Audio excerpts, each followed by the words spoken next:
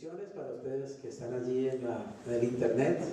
Que Dios les bendiga, que Dios les guarde. Un saludo muy especial y un abrazo desde toda la iglesia a las madres que nos ven por ahí. Que Dios les bendiga y les multiplique grandemente en este tiempo. Bien, vamos a seguir con la serie que es Gálatas. Estamos estudiando la epístola de San Pablo a los Gálatas. Ya hoy vamos en el capítulo 5 y vamos a estudiar la segunda parte de ese capítulo. Lo dividimos en dos para que sea más fácil su estudio. Y este capítulo lo hemos titulado Nuestra libertad en Cristo. Hoy vamos a ver la parte B. Pero repasemos un poquito la parte A, que vimos el sábado pasado. Y en todo lo que vimos en este pasaje, digamos, en estos pasajes, en esta porción de este capítulo, podríamos resumir la enseñanza básica, la enseñanza clave de ese párrafo, de esos párrafos, en un título como este: la ley del amor. Sencillamente los cristianos necesitamos entender que desde que vino Cristo a este mundo, desde que Él murió, desde que Él resucitó y Él envió su Espíritu Santo y formó la iglesia, los cristianos vivimos bajo un nuevo pacto, bajo una nueva ley, la ley de Cristo, la ley del amor. Los del Antiguo Testamento vivieron bajo la ley del Antiguo Testamento, bajo la ley de Moisés. Pero los cristianos vivimos bajo la ley de Cristo, que no es diferente a la ley de Moisés, sino que realmente es el cumplimiento verdadero y total de la ley de Moisés, ¿ok? Porque todavía tenemos que vivir, digamos, bajo la realidad de que no mentir, no robar, no matar, no usar el nombre de Dios en vano, no adorar imágenes, etcétera, etcétera. Es decir, la ley sigue estando vigente, pero ya no por la carne, sino por el Espíritu. La diferencia es que en el Antiguo Testamento, es decir, bajo la ley, yo tengo que esforzarme en mi propia carne por tratar de cumplir eso, lo cual es imposible. Pero bajo la nueva dispensación, bajo el nuevo pacto, resulta que Cristo, que sí cumple la ley perfectamente, viene a vivir dentro de mí para seguirla cumpliendo, ¿está claro? Pero a través de mí. Entonces, allá en el otro pacto, digamos, todo depende de mí, ¿está claro? Y es un fracaso completo.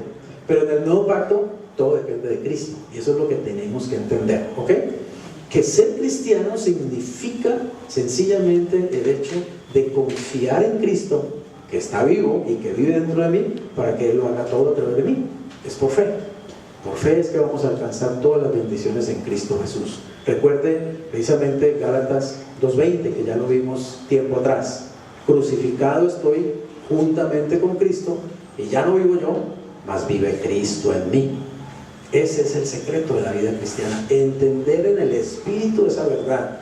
Cristo vive en mí, y cada día, cada segundo, cada minuto, cada mes, cada año, estar apropiado de esa realidad.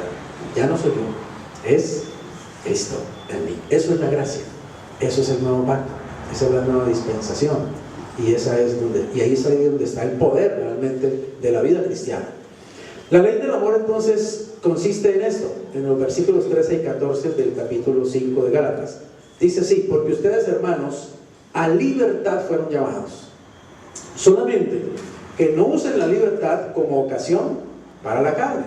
O sea, no es libertinaje, es libertad lo que hemos recibido, sino dice: sírvanse por amor los unos a los otros. Cristo vino a hacernos libres para que libremente lo sirvamos a Él, y para que libremente sirvamos a los demás, sin necesariamente esperar nada a cambio. La recompensa realmente viene del Señor. Cuando uno sirve con libertad, es decir, cuando uno no sirve porque le están poniendo un revólver en la espalda, ¿cierto? Sino cuando uno sirve con libertad, realmente uno es feliz. Porque si hay algo que lo hace feliz al ser humano, es poder servir, ¿sí? Servir. La gente que busca felicidad, hay mucha gente buscando felicidad, ¿cierto? Yo quiero ser feliz, yo quiero ser feliz. ¿Cómo encuentro la felicidad? Los jóvenes de hoy que andan tan angustiados tratando de ser felices. La mejor, digamos, forma de ser feliz es sirva a los demás. Dele a su vida un objetivo, una misión de servir, ¿sí? Ya sea que sirva en las cosas espirituales, en las cosas cristianas, o que sirva en las cosas naturales, pero sirva. Busque servir, ocúpese en otros, y usted se olvidará de su propia miseria, de su propia desgracia, de su propia soledad, de su propio temor, de su propia inutilidad. Porque cuando uno empieza a servir a los demás, uno deja de preocuparse tanto por uno mismo. Y cuando uno deja de preocuparse tanto por uno mismo, Dios se preocupa por uno y hace que otros también se preocupen por uno. ¿Está claro? Es algo que es recíproco exactamente. Yo sirvo y necesariamente también voy a recoger, voy a cosechar. Y en el proceso de servir voy a ser feliz. Voy a encontrar un sentido para mi vida. Voy a encontrar un sentido de misión. Y eso realmente trae mucho gozo y mucha paz. Así que somos libres para servir porque estamos bajo la ley del amor. ¿Cuál es la única ley que tenemos que cumplir? En el decálogo, pues son 10, ¿cierto? En el Antiguo Testamento son miles de leyes. En el Nuevo Testamento es una sola ley.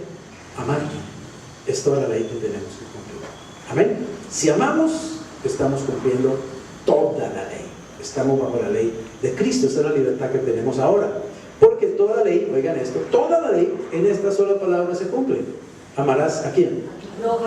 A tu prójimo como a ti mismo. Así que al amar estamos cumpliendo. Ya no tenemos que tratar de digamos como los abogados, ¿cierto? Conocernos todas las leyes y los incisos y el párrafo y no sé qué, ¿no? Simplemente tenemos que amar y eso es todo. Me tengo que preocupar de amar. Eso es todo lo que tengo que hacer bajo la ley de Cristo, bajo el Nuevo Testamento, bajo la gracia. Hay contrastes en Gálatas que hemos estado hablando, que hay contrastes personales, ya los habíamos visto, y estos son contrastes doctrinales en estos capítulos 3 y 4 que ya los estudiamos. ¿Cuáles son esos contrastes? Entre la ley y la gracia, entre las obras y la fe, entre la maldición de la muerte y la bendición de la vida, entre los siervos en esclavitud y en derrota, que son los que están bajo la ley, y los hijos en libertad y en victoria, que somos los nacidos de nuevo, los cristianos, los hijos de Dios. El antiguo pacto, que es simbolizado por Agar, y el nuevo pacto, simbolizado por Sara. O sea, siempre esta es una epístola en la que el Espíritu Santo guió a Pablo a hacer eso, muchos contrastes, contrastar lo uno con lo otro, pero hay que entender que o se vive por ley o se vive por gracia. No se puede vivir en las dos cosas. Tratar de fundir eso es pervertir el Evangelio de Jesucristo, porque el Evangelio de Jesucristo no es por ley, sino que es por gracia. O se puede vivir por obras o se puede vivir por fe, pero no se puede combinar las dos. O se puede uno justificar a los ojos de Dios por obras, o se puede uno justificar a los ojos de Dios por fe. Pero mezclar las dos cosas es pervertir el Evangelio, porque el Evangelio de Jesucristo no es por obras, sino que es por fe. Es decir, la justificación ante los ojos de Dios. El que vive bajo el sistema de la ley vive bajo un sistema de maldición, obviamente, y muerte. ¿Por qué? Porque la ley dice que si uno no cumple con todos los requerimientos de la ley, está bajo maldición. Y va a tener tres cosas, digamos, que le van a venir: enfermedad, pobreza y muerte. Eso es la maldición de la ley. Pero ¿qué dice la gracia? Que Cristo ya vino y nos libertó de esa maldición de la ley. Por lo tanto, digamos, tenemos ahora la bendición de la vida, ¿cierto? Yo he venido para que ustedes tengan vida y la tengan en abundancia. Todo aquel que en mí cree no morirá realmente, ¿cierto? El que cree en mí recibirá vida eterna. Es la promesa de Jesús, es el regalo de Jesús. Y bajo la ley, digamos, lo que uno se vuelve realmente es esclavo. La ley solo produce hijos para esclavitud, y vivir en la esclavitud es vivir en derrota. Pero la gracia produce hijos de Dios para libertad, para que puedan vivir en victoria. Y obviamente ya lo vimos el sábado pasado, cómo hay una alegoría entre Sara y Agar, ¿cierto? Y cómo Agar simboliza la ley y cómo Sara simboliza la gracia. Así que siempre hay este contraste, digamos, en la epístola. Vamos entonces con la segunda parte. Nuestra libertad en Cristo, capítulo 5, parte segunda. Y vamos a ver en todo este capítulo y en adelante, vamos a ver la realidad de otra doctrina muy importante en el cristianismo. En los primeros capítulos de esta epístola de Gálatas, vimos una doctrina muy importante, que es la doctrina de la justificación, ¿cierto? Y decíamos, ¿qué es la doctrina de la justificación? Es el hecho de que Dios, porque yo creo en Cristo, al creer en Cristo, al aceptar a Cristo en mi corazón, Dios me declara justo ante sus ojos, es decir, me justifica. Y si Dios me declara justo, quiere decir que estoy salvado. Y quiere decir que mis pecados están lavados, están limpiados.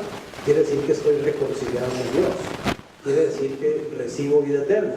Quiere decir que tengo un pasaporte inmediato para ir al cielo. Si Dios me justifica, y es por fe. Nadie se justifica delante de Dios por obras. Pero hay otra doctrina muy importante, que es la doctrina de la santificación. ¿Y qué es la doctrina de la santificación? Es el hecho de que tan pronto yo recibo a Cristo, en ese mismo instante yo vengo a pertenecerle a Dios.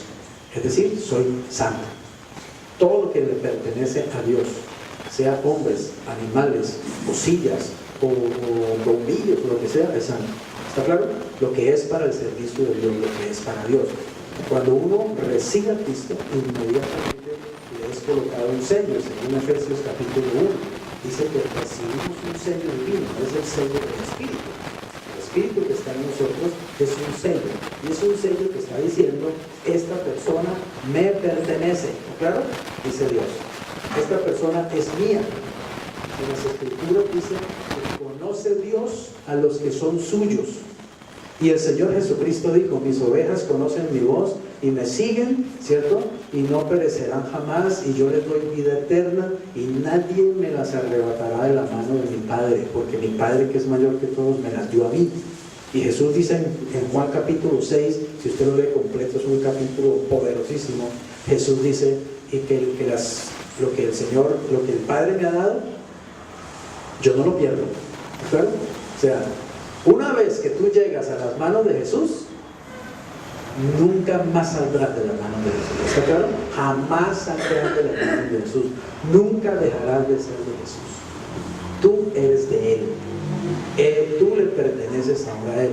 Él te compró a ti, y te compró no con euros, ni con dólares, ni con yenes. Te compró con su preciosa sangre, sin mancha y sin contaminación. Quiere decir que pagó un precio demasiado alto como para luego dejar que te le pierdas ya estando en su mano. Por eso es absurdo creer que una persona que es salva luego le puede perder. Sería decir que Jesús no fue capaz de salvarla en realidad. Está claro que Jesús la compró, pero se le escurrió por entre los dedos, realmente. Y eso no dice la Escritura. El Señor mismo dijo: nadie las arrebatará de mi mano. Entonces, tan pronto uno recibe a Cristo, uno recibe el Espíritu Santo, es sellado por el Espíritu Santo, uno es pertenencia, a partir de ese momento, pertenencia a Dios por el resto de la eternidad.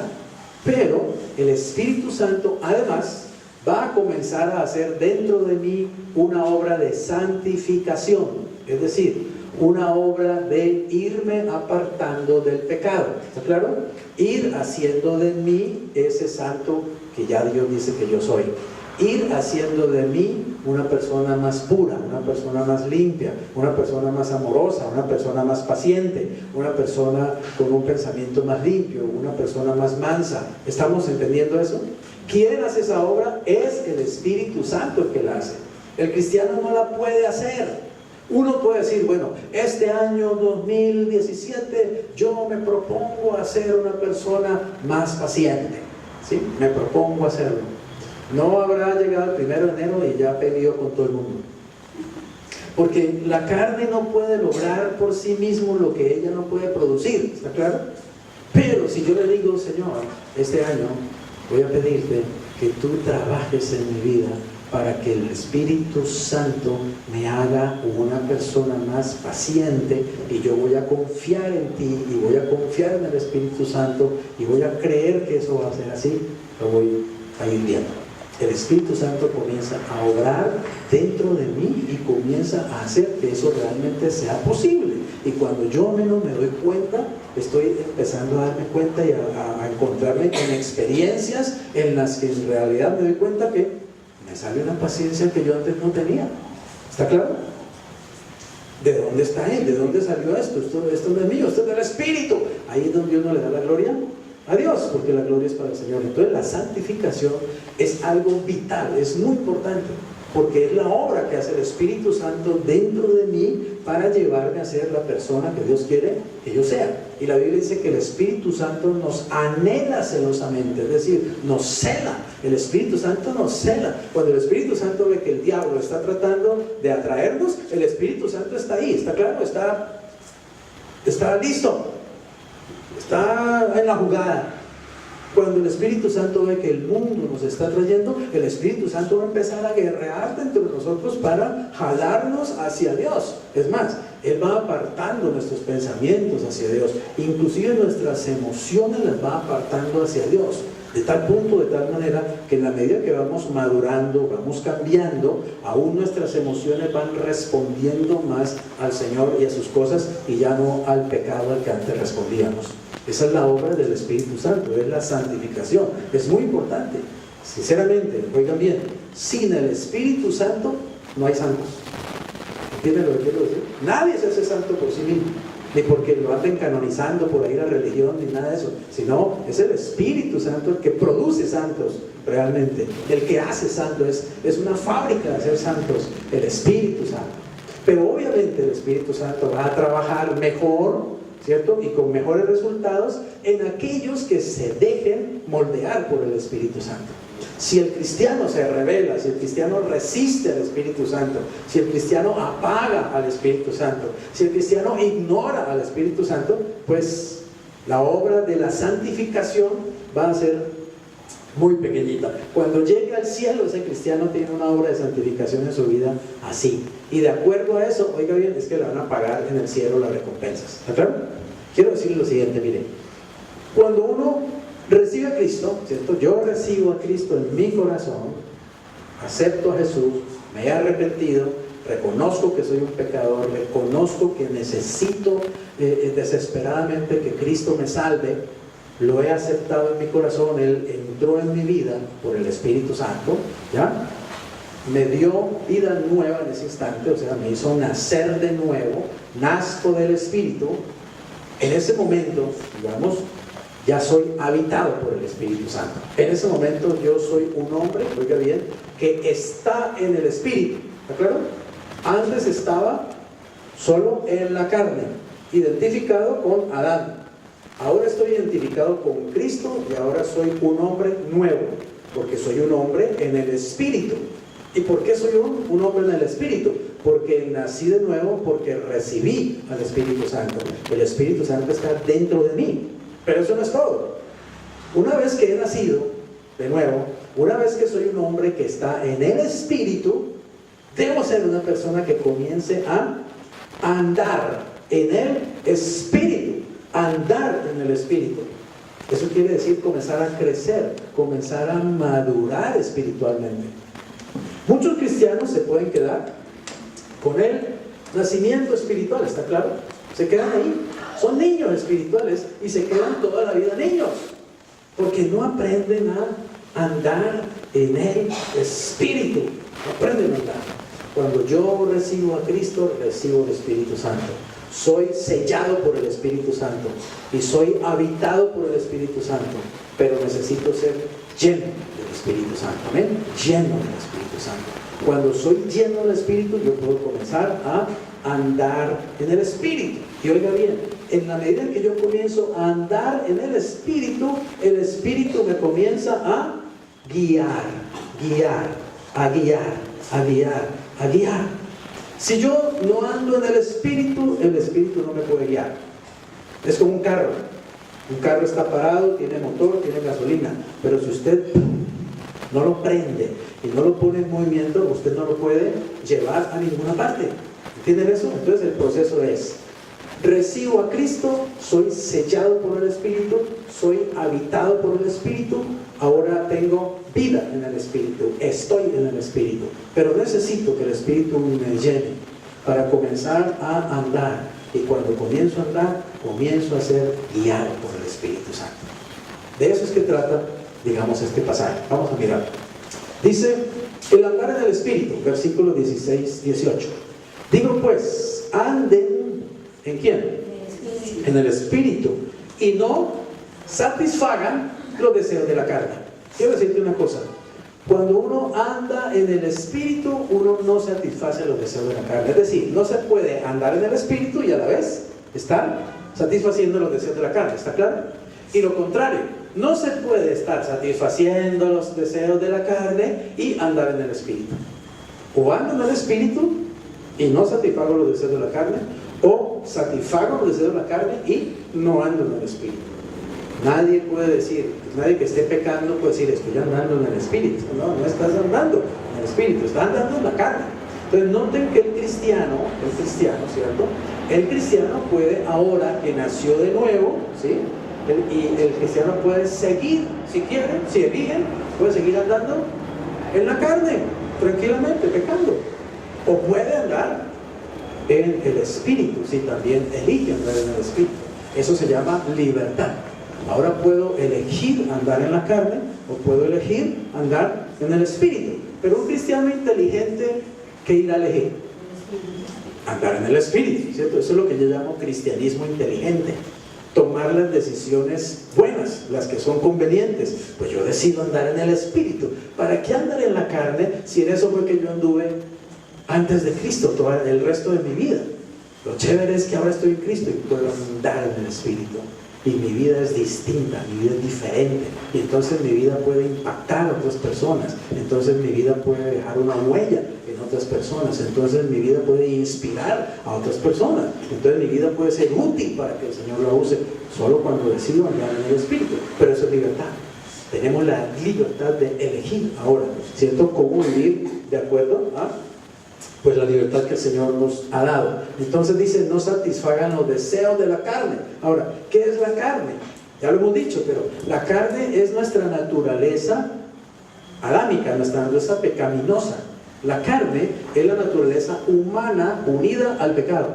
Eso es la naturaleza pecaminosa. Nosotros tenemos naturaleza humana.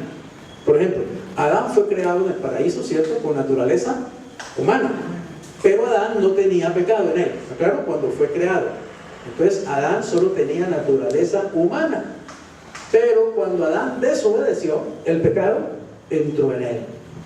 Y el pecado se unió a su naturaleza. Entonces Adán ahora era un hombre con naturaleza humana pecaminosa. Y esa naturaleza humana pecaminosa es la que Adán nos entregó a todos como herencia, por ser nuestro Padre terrenal. Entonces todos nacemos con naturaleza humana pecaminosa. Ahora, ¿qué sucede? Cuando yo recibo a Cristo, recibo el Espíritu Santo, pero la naturaleza humana pecaminosa sigue estando ahí. ¿Está claro? Sigue estando ahí. Por eso es que yo ahora puedo andar en mi naturaleza humana, en la carne, o puedo andar en el Espíritu, dependiendo de quién me va a dirigir, quién va a tener el control de mi vida. Por eso está ese gráfico allí, ¿cierto? Así que entonces el cristiano puede ser un cristiano espiritual o puede ser un cristiano carnal. Es cristiano porque Cristo está dentro, ¿está claro? ¿Qué es lo que me hace cristiano? ¿Que voy a una iglesia? ¿Que leo la Biblia? ¿Que me hago la moña para aquí o me hago la moña para acá? No. Lo que me hace cristiano es que yo tengo a Cristo. Si yo no tengo a Cristo, oiga bien, yo puedo ir a una iglesia todos los días. Puedo leerme la Biblia de tapa a tapa todos los días. Puedo dar diezmo. Puedo vestirme, pues, no sé, como un santo, digámoslo así, ¿cierto? Pero yo no soy un cristiano. Sencillamente porque no tengo a Cristo. Lo que lo hace cristiano a uno no es lo que uno hace, sino el hecho de que he recibido a Jesús en mi corazón. Él es el que me hace cristiano. Cuando Él entra a mi vida, me hace cristiano. ¿Entendemos eso? Así que un cristiano es una persona que tiene a Cristo adentro, pero puede ser un cristiano carnal si sencillamente no anda en el Espíritu, sino que satisface los deseos de la carne. Entonces, ¿qué va a pasar? Que la realidad es que, oiga, todos los cristianos, incluido su pastor, todos los cristianos entramos en la carne y a veces nos salimos para el Espíritu. ¿Está claro? Todos en algún momento andamos en la carne y algunas veces andamos en el Espíritu. Realmente, no hay ningún cristiano que solamente, ¿me hago entender? ande en el Espíritu desde que recibió a Cristo. No, yo hace 40 años recibí a Cristo, hermanos, y para testimonio, hermanos, desde el momento en que yo recibí a Cristo, nunca andaba en la carne. Ya estás en la carne, mentiroso, ya estás mintiendo. No, es imposible. El único hombre que ha andado en el Espíritu 33 años de esta tierra se llama Jesucristo. Los demás ahí andamos como gallina con la cabeza, ¿cierto? Andamos en montaña rusa espiritual. Pero lo ideal, evidentemente, ¿cierto? Lo ideal es que en la medida en que yo voy aprendiendo, en la medida en que yo me voy apropiando por la fe, en la medida en que voy dejando que sea el Espíritu el que me santifique, entonces yo soy un hombre que voy a estar andando en el Espíritu. Y ya voy a caerme de pronto, ¿cierto? Pero ya no duro allí caído 2, 3 horas, un año, si he caído separado del Señor, no, sino que rápidamente retomo mi comunión con el Señor por la confesión de pecados, ¿cierto? Por la limpieza de la sangre de Cristo, por la santificación del mismo Espíritu Santo, me paro y sigo caminando. Yo le doy gracias a Dios que mis maestros en la Biblia, los primeros maestros, me enseñaron que el asunto no era caerse. Me dijeron, te vas a caer, pero el asunto no es caerse, el asunto es pararse, ¿está claro? Y pararse rapidito. Y me enseñaron la fórmula para pararse rapidito, que es simplemente arrepentirme, reconocer que me caí, reconocer que pequé, simplemente confesar al Señor mi pecado, y Él es fiel y justo para perdonarme y limpiarme de toda maldad. Entonces apropiarme nuevamente de la llenura del Espíritu y nuevamente caminar. Y eso me ha hecho caminar durante 40 años o más en el Señor, ¿cierto? En los que me he caído, pero también me he levantado una y otra vez. Y el secreto entonces es que cada vez, óigame bien, en la medida que uno madura, ya se va a caer menos, ¿está claro? Y va a andar cada vez más realmente firme en el Espíritu, y puede producir fruto y puede ser usado por el Señor. Ese es el secreto de ser entonces, o de apropiarse de la posición de un cristiano espiritual. Noten que en el cristiano carnal está Cristo adentro, en el cristiano espiritual está Cristo adentro. Pero en el cristiano carnal es el ego el que tiene el control, pero en el espiritual es Cristo el que tiene el control. Noten que la posición del ego es distinta, ¿cierto? Aquí el ego está destronado, está dependiendo de Cristo. Aquí el ego está entronizado, ha destronado a Cristo. Esto es lo que se llama andar en la carne. Esto es lo que se llama andar en el Espíritu. Satisface los deseos de su carne, satisface los deseos del Espíritu, porque el deseo de la carne es contra el Espíritu, y el del Espíritu es contra la carne, y estos, o sea, el Espíritu y la carne, se oponen entre sí para que no hagan lo que quisieran. O sea, que todo cristiano tiene una batalla adentro, ¿cierto? Tiene una lucha interna entre la carne, que lo quiere llevar para un lado, y el Espíritu, que lo quiere llevar para el otro. Así que el cristiano tiene que tomar constantemente la decisión de a quién va a obedecer, a quién va a dejar que lo guíe, a la carne o al Espíritu. Y eso es parte de la madurez del cristiano, cuando ya el cristiano aprende a decidir. Fíjense, usted fue niño alguna vez también, ¿cierto? Fue niño, y como niño cometió muchos errores y muchas cosas porque usted no tenía suficiente conocimiento, no tenía suficiente madurez. Pero cuando usted se hizo una persona adulta, usted ya sabe tomar decisiones, ¿cierto? Usted sabe lo que es bueno y usted sabe lo que es malo. Usted sabe lo que le conviene y usted sabe lo que no le conviene, porque ya aprendió en medio de la experiencia. Usted ya maduró. Igual es en la vida espiritual. Uno tiene que aprender a medida que camina en el Señor. Uno tiene que aprender a medida que se cae también, a medida que se raspa, a medida que se da contra el mundo, a medida que sufre moretones espirituales. Uno va aprendiendo, entonces uno va madurando, uno va siendo una persona madura que va aprendiendo a tomar la decisión correcta. Y obviamente la decisión correcta es siempre dejarse guiar por el Espíritu, dejarse dirigir por el Espíritu. Pero si son guiados por el Espíritu, ¿qué pasa? No están bajo la ley, ¿cierto? Obviamente, ¿quién tiene que preocuparse de la ley si está guiado por el Espíritu Santo? Todo lo que tengo que hacer es dejar que Él me guíe. ¿Por qué? Porque si el Espíritu Santo me guía, el Espíritu Santo no me va a llevar a hacer nada que sea contrario a la ley. Me dirá el Espíritu Santo, te habla el Espíritu Santo, te ordeno que cojas un revólver y mates a tu vecino. ¿Será el Espíritu Santo? No, él no me va a llevar a nada que sea contrario a la ley de Dios. Entonces, la libertad de la gracia consiste, oiga bien, en que yo no tengo que estar pendiente de una cantidad de normas, reglas y cosas de la ley, ceremonias y lo que sea, sino que lo único que tengo que estar pendiente es de que el Espíritu Santo me llene y me guíe, porque Él me llevará siempre a lo bueno, siempre a lo santo, siempre a lo que es la voluntad de Dios. Amén. Así que entonces dice, si soy guiado por el Espíritu, no estoy bajo la ley. No necesito realmente la ley, increíble, no la necesito, porque el Espíritu Santo es la ley misma. Él es mi ley y Él me va a llevar a todo lo que Dios quiere. Aquí se plantean entonces las obras de la carne, ¿sí? Este es un ejemplo de obras de la carne, versículo 19-21. Miren en cuáles de estas de pronto usted esté cayendo, ¿no? Examinen, usen esto para examinar. Es bueno examinarlo, ¿cierto? Oiga, ¿será que yo tengo celos? ¿Será que yo sufro de celos? Yo estoy teniendo problemas en mi matrimonio porque soy un esposo celoso, inseguro, súper controlador. Eso es una obra de la carne, eso no es del Espíritu, no es el Espíritu Santo que le está dirigiendo. ¿Será que yo tengo problemas porque soy una persona envidiosa? A alguno le va bien, ¡ay, me da una envidia, me da una piedra! ¿Cierto? ¿Sí? El otro compra carro nuevo, se me alborota la úlcera de la envidia. El otro se fue a viajar a Europa, ¡ay, qué envidia! ¿Sí? ¿Será que yo soy así? ¿Soy envidioso? Tenemos que examinar qué cosas están afectándonos en la carne, qué deseos de la carne nos están a nosotros, digamos, están despertando en nosotros o están tratando de apoderarse de nosotros para que Dios trate esas cosas en nuestra vida. Manifiestas son las obras, oigan, las obras de la carne, que son adulterio. ¿Qué es adulterio? Tener relaciones sexuales con una persona que está casada, ¿claro? Relaciones sexuales fuera del matrimonio, adulterio. Fornicación. ¿Qué es fornicación?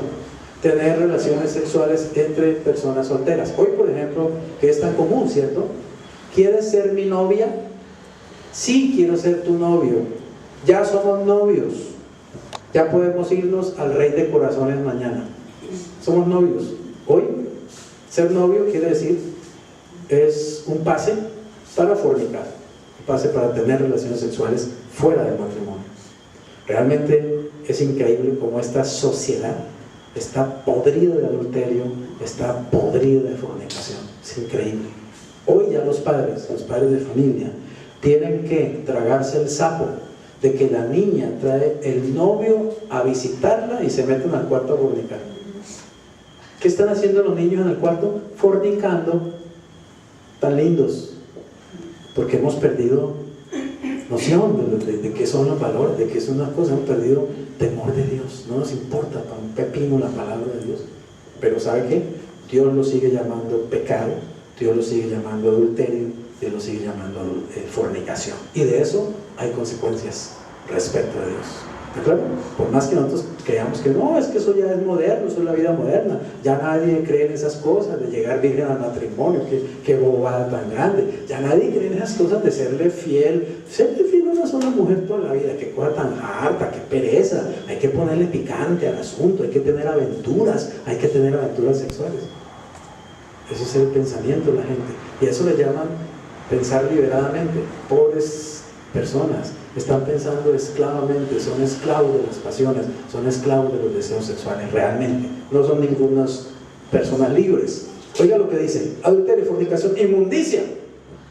¿Qué es inmundicia?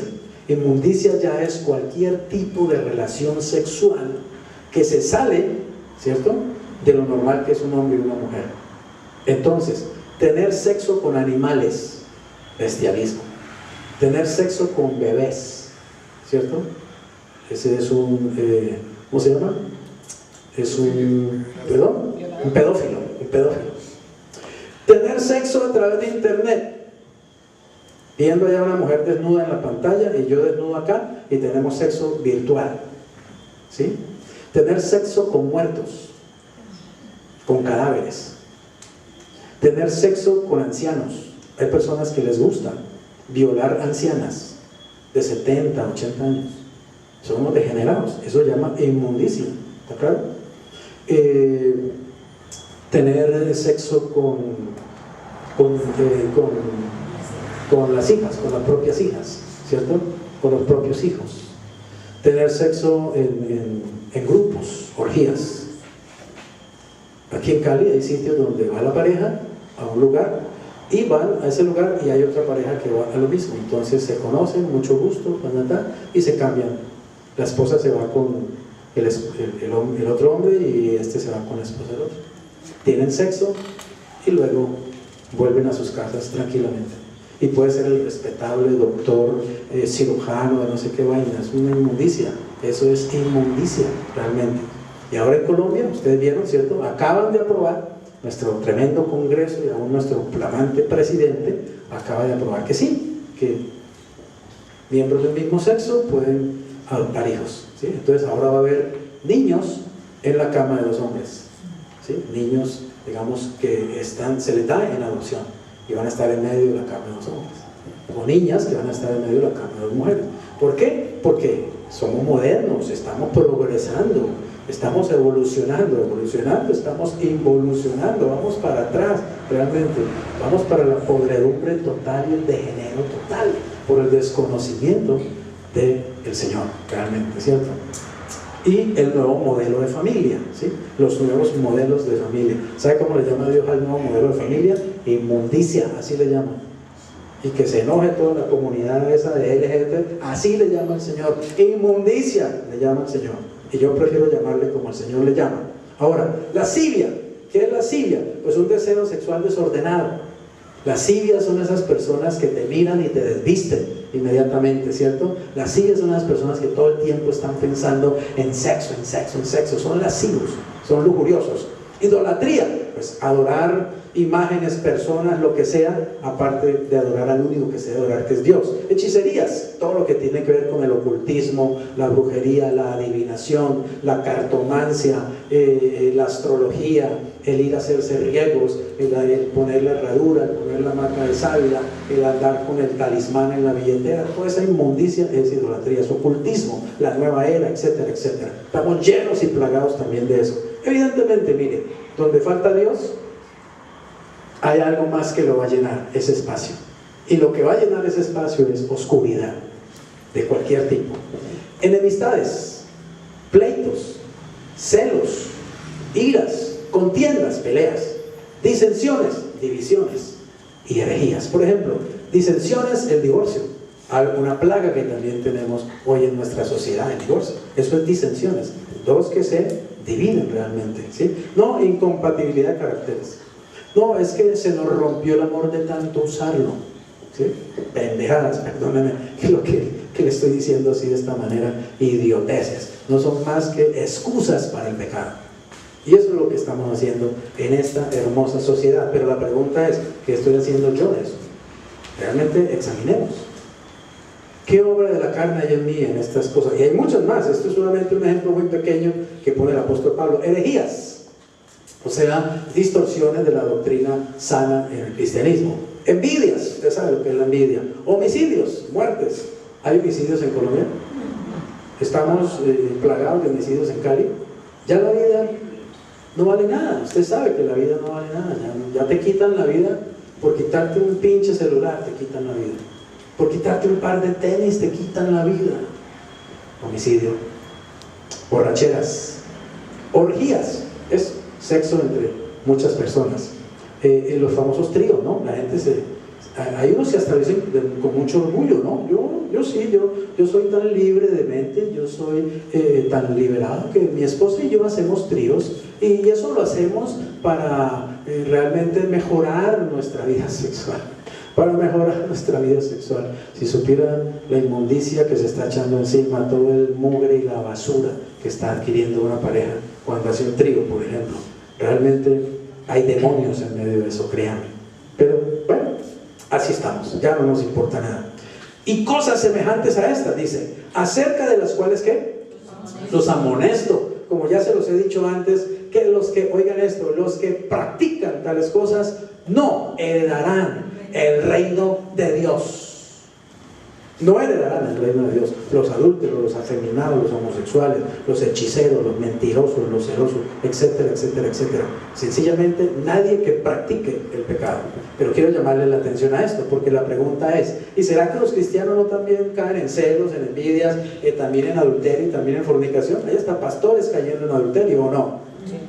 Entonces, ¿qué pasa ahí? La palabra clave es allí, los que practican tales cosas.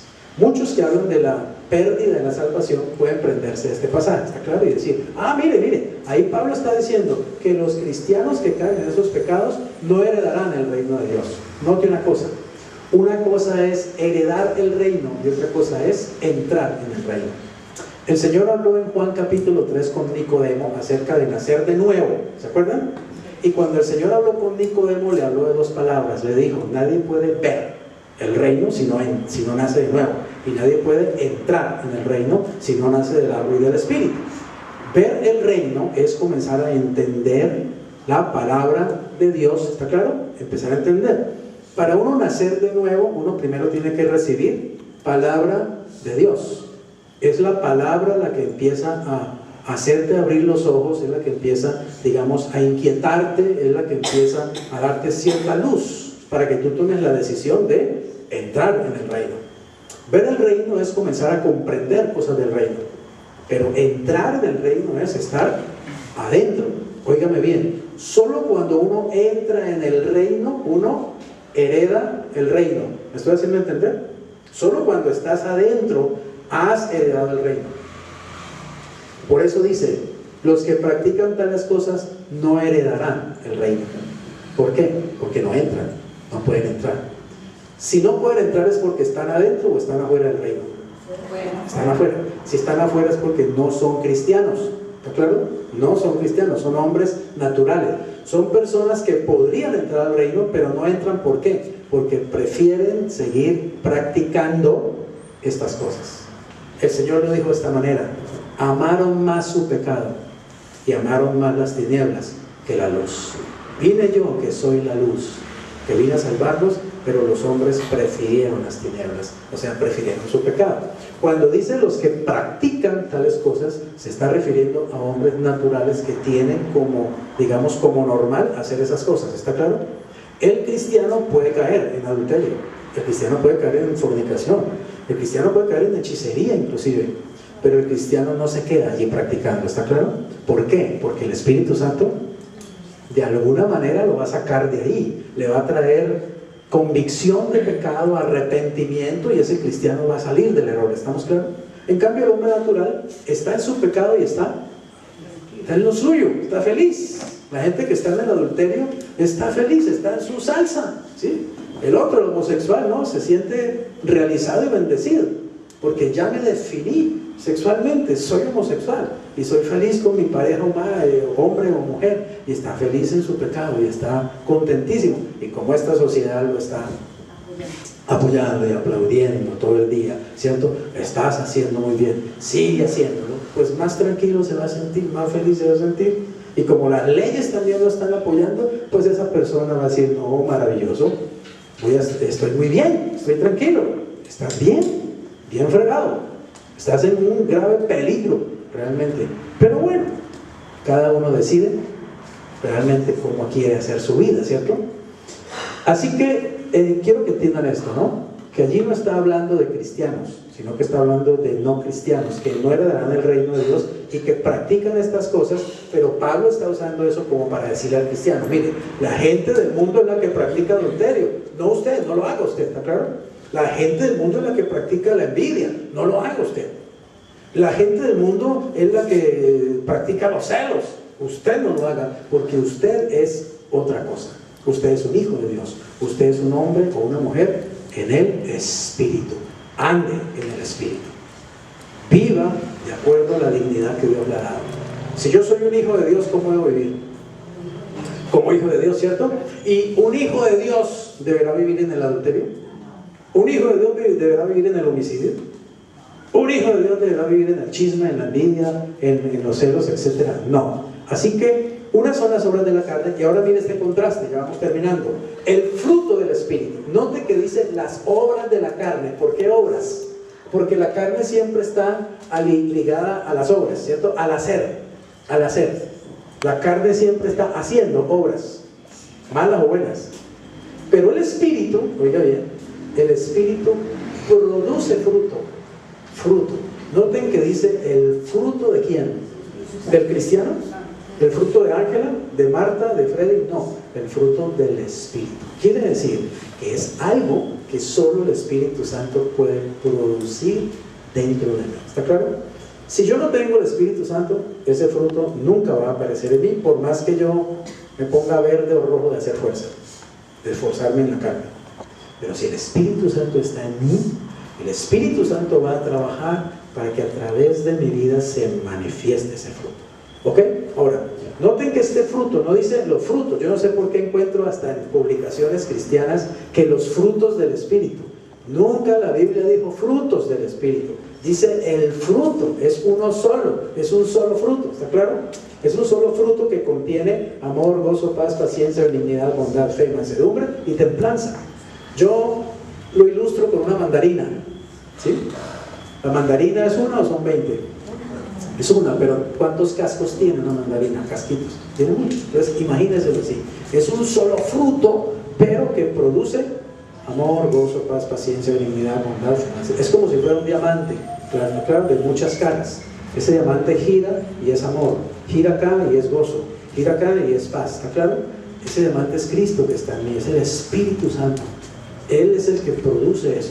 Ahora, dice de esta manera: pero el fruto del Espíritu es amor, gozo, paz, paciencia, benignidad, bondad, fe, mansedumbre, templanza.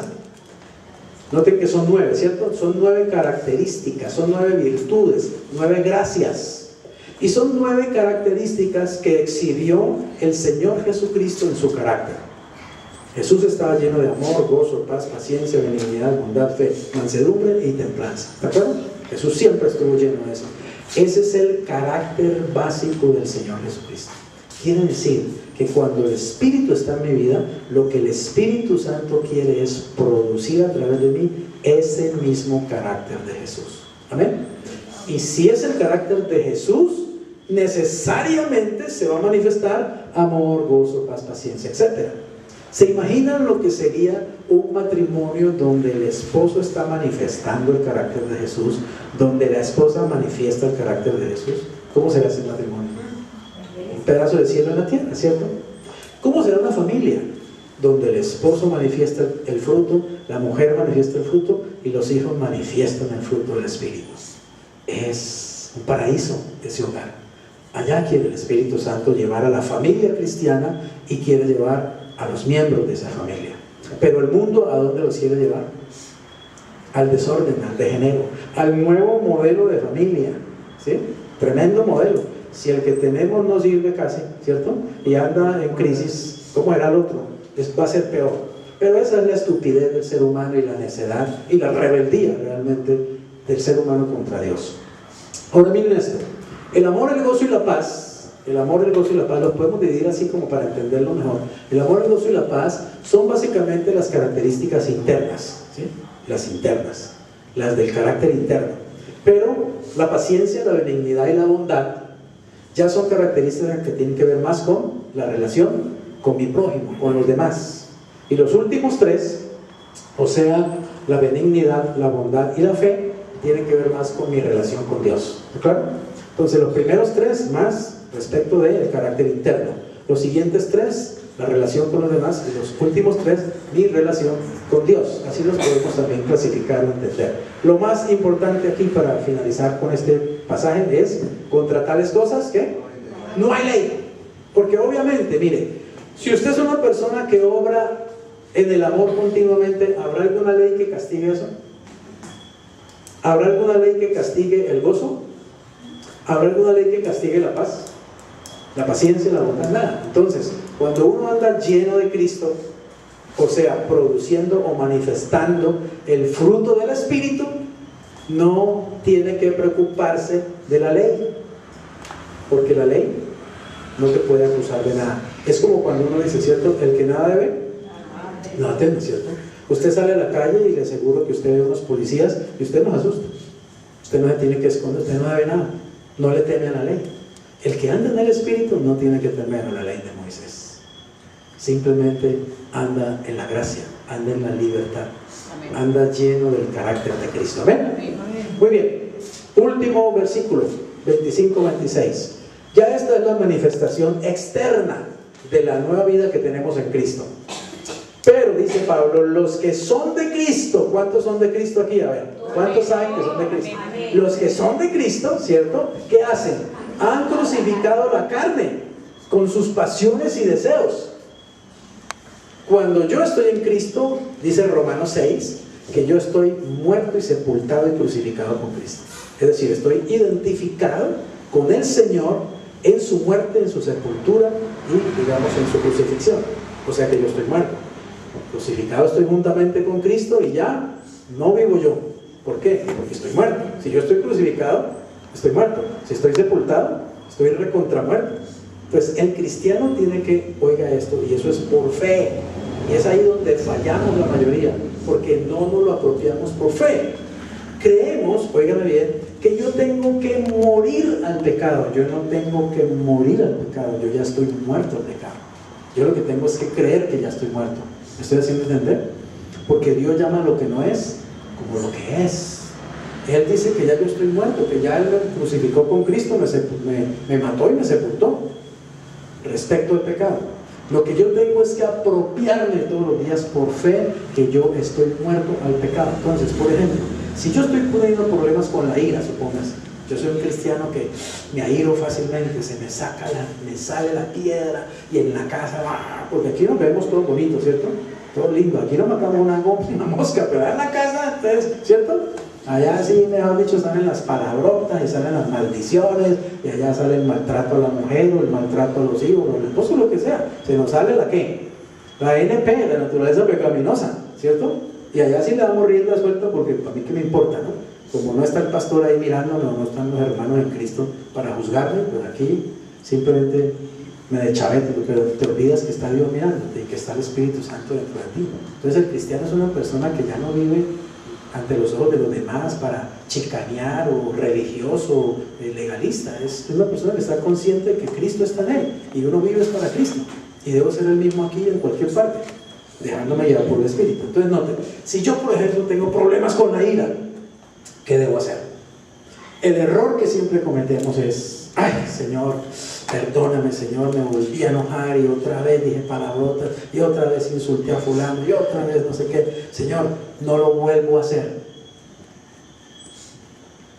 ¿Ha dicho el Señor que le hagamos promesas en ese sentido? No está en la Biblia. Señor, me voy a proponer no volverme a enojar. ¡Ja! Lo único que te propongas y el diablo te va a poner 10 situaciones en las que te va a pegar la enojada más terrible. ¿De acuerdo? Y entonces, ¿qué pasa? Eso trae culpa. Eso trae culpa y uno empieza a dudar de uno mismo. ¿Será que yo sí soy un cristiano? Y es más, no falta quien se lo diga, ¿cierto? De pronto el esposo, ¿no? Vea, la cristiana, mire, la cristiana que lee la Biblia, metida ya en la iglesia de cabeza cada 8 días o cada no sé cuánto tiempo, y véala ahí hecha una víbora. ¿Sí? Entonces empieza la persona que a desanimarse y a dudar de ella misma. Es más, hasta empieza a dudar si realmente recibió a Cristo, ¿no? Pero ¿qué es lo que está pasando en ese cristiano? Simplemente se está manifestando la carne. Y óigame bien, lo único que pone en su sitio a la carne no es la carne misma, es el Espíritu Santo. Entonces usted tiene que decirle de esta manera: Señor, estoy teniendo problemas con la ira. Yo ya soy consciente que eso es un pecado.